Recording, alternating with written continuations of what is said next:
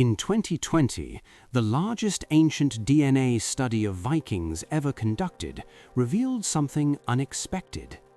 Despite centuries of raids, invasions, and an entire region of England called the Danelaw, where Norse law replaced English custom, the genetic footprint left behind was surprisingly small.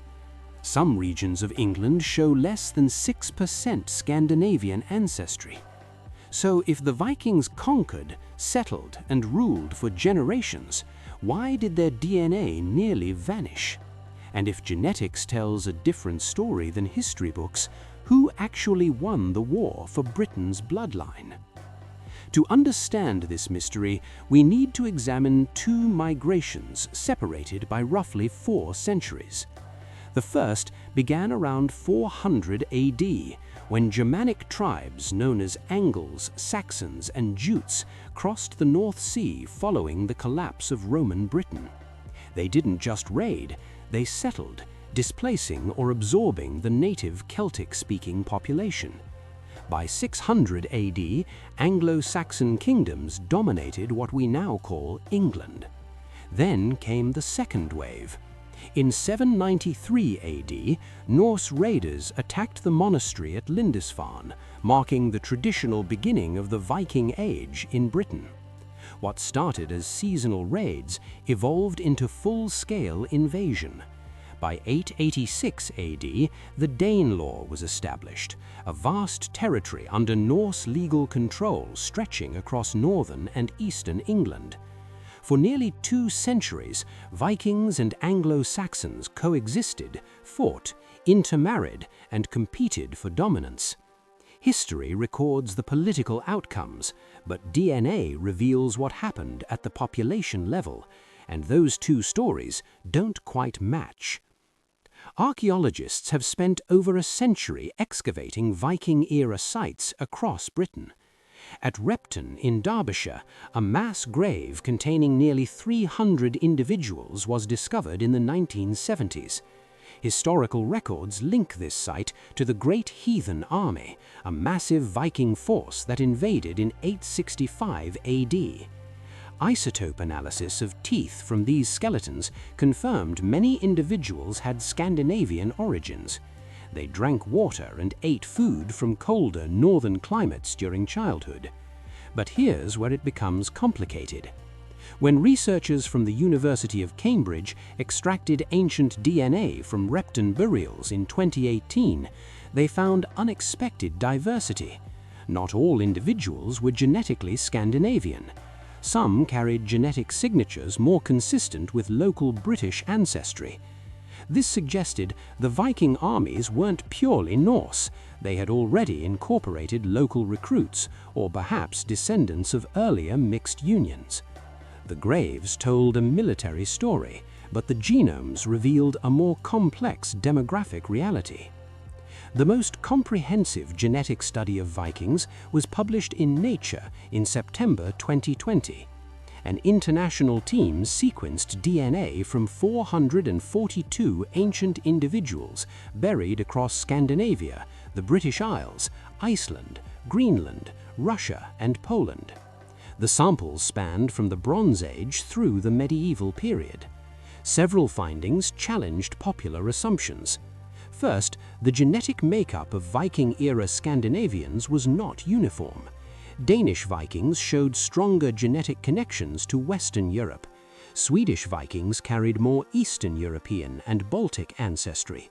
Norwegian Vikings displayed the highest proportion of ancestry from earlier hunter-gatherer populations. Second, gene flow moved in both directions. Scandinavians absorbed genetic material from the populations they raided. British and Irish ancestry appeared in Scandinavian genomes during and after the Viking Age. Third, and most relevant to England, when researchers examined modern British DNA, the Scandinavian contribution was modest. In regions historically under Danelaw control, Viking ancestry averaged between 5 and 10%. In some areas, it was nearly undetectable. The Anglo-Saxon genetic contribution, by contrast, ranged from 25 to 40% in central and eastern England. Genetically speaking, the earlier migration left a far deeper imprint. How could a politically dominant group leave such a shallow genetic trace? Several factors likely contributed. The Anglo-Saxon migration occurred during a period of population collapse. Post-Roman Britain experienced economic decline, urban abandonment, and possibly epidemic disease.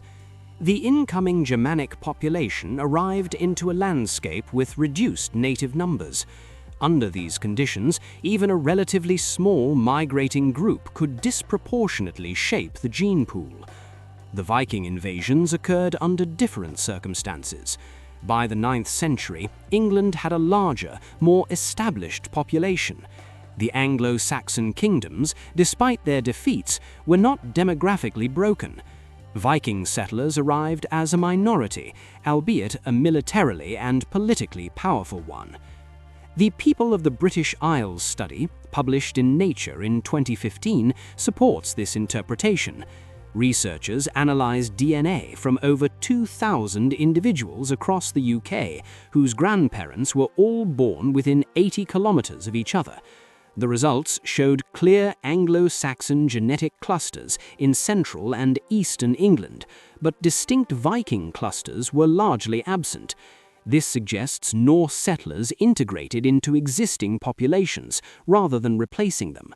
Their language, legal systems, and cultural practices survived for generations.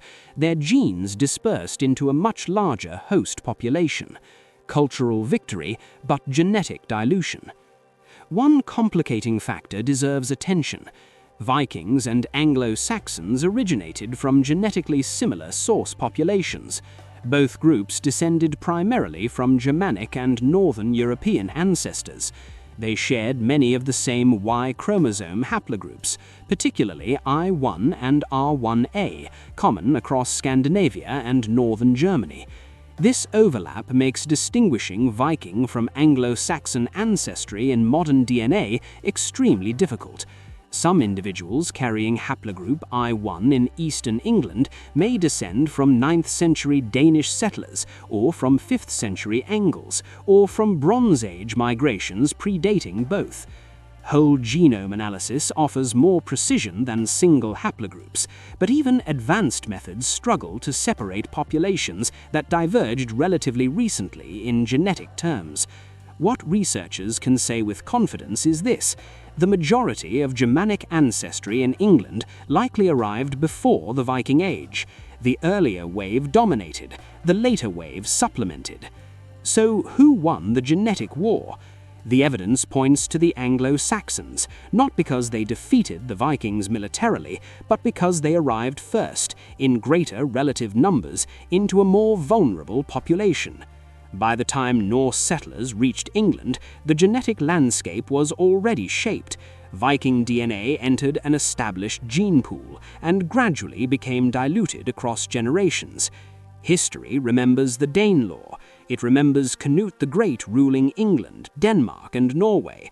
It remembers the dramatic Viking raids that terrorized monasteries and reshaped kingdoms.